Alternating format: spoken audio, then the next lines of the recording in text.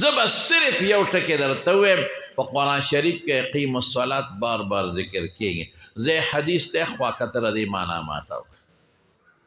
دا قیمو خو ډېرې معنی دي یو معنی دا د داوي مو چې همیشه دا کار وکړي او د صلات خو شپږ معنی دي یو معنی دا ده چې دعا د مشهوره معنا ده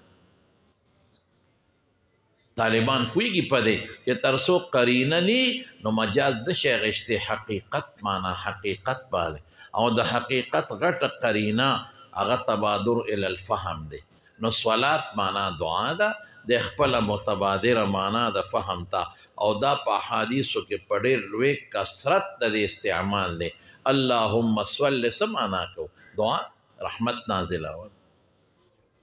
اللهم صل على آل ابي وفا حضور پاک لچې صدقه راوړو دعا یې ورته وکړه نو دا خو دومره شایع دی په عربي کلام کې چې د حد نه وتی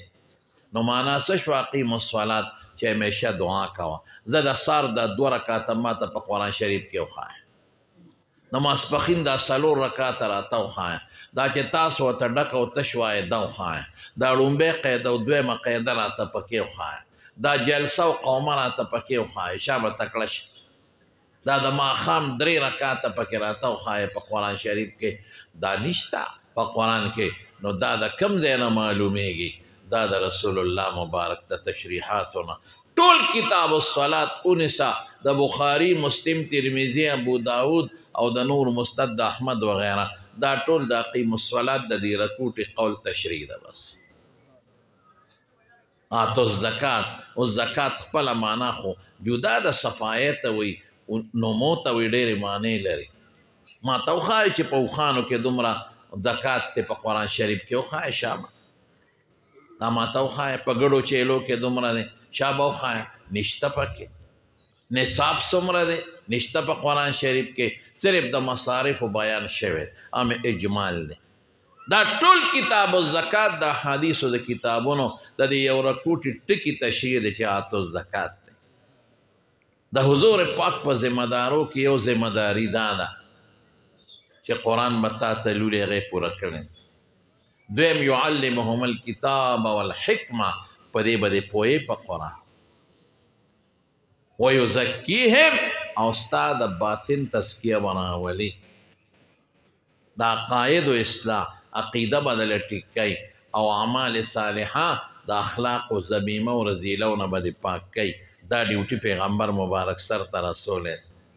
دا تصوف شو هر یو شعبه رسول الله مبارک پرېښې نه ده ټول کتاب الایمان د رسول الله مبارک د هغې عقاید و تشریح ده کم چې په قرآن شریف کې ذکر شوی نو بغیر د پیغمبر د تعلیماتو نو په قرآن ته د کم ځای نه پوهېږي بیا په قرآن او په سنت عمل نشي کولی عمل به په هغه مسله کې چې د قرآن او سنت نه وتی ده ځان له خو په آیت عمل نشي کولی د په اقیم الصلات عمل وکړه نشي کولی په هغه مسله به کې چې دی نه وتی ده دغه مسایل بیا زمونږ ائمه او حضراتو د فقه په شکل کې راویستلي په هغې امت لګیا دی عمل کوي الحمدلله دا ټول یو بل سره لازم ملزوم دي فقه خو امام ابو حنیفه رحمت الله علیه په کور کې ګاڼی نه وای ښودی چې هغې باندې مشین تاوه او د فقه مسلې یې ترې ایستلې دا خو د قرآن و سنت نه د خپلو قواعدو د اصولو مطابق حضور د ائمه و حضراتو د دین مسلې ویستلې دي او بیا شاګردانو تدوین کړی دی او موږ ته فقه څه شی دی د قرآن و سنت مسلې چې موږ پې عمل وکړو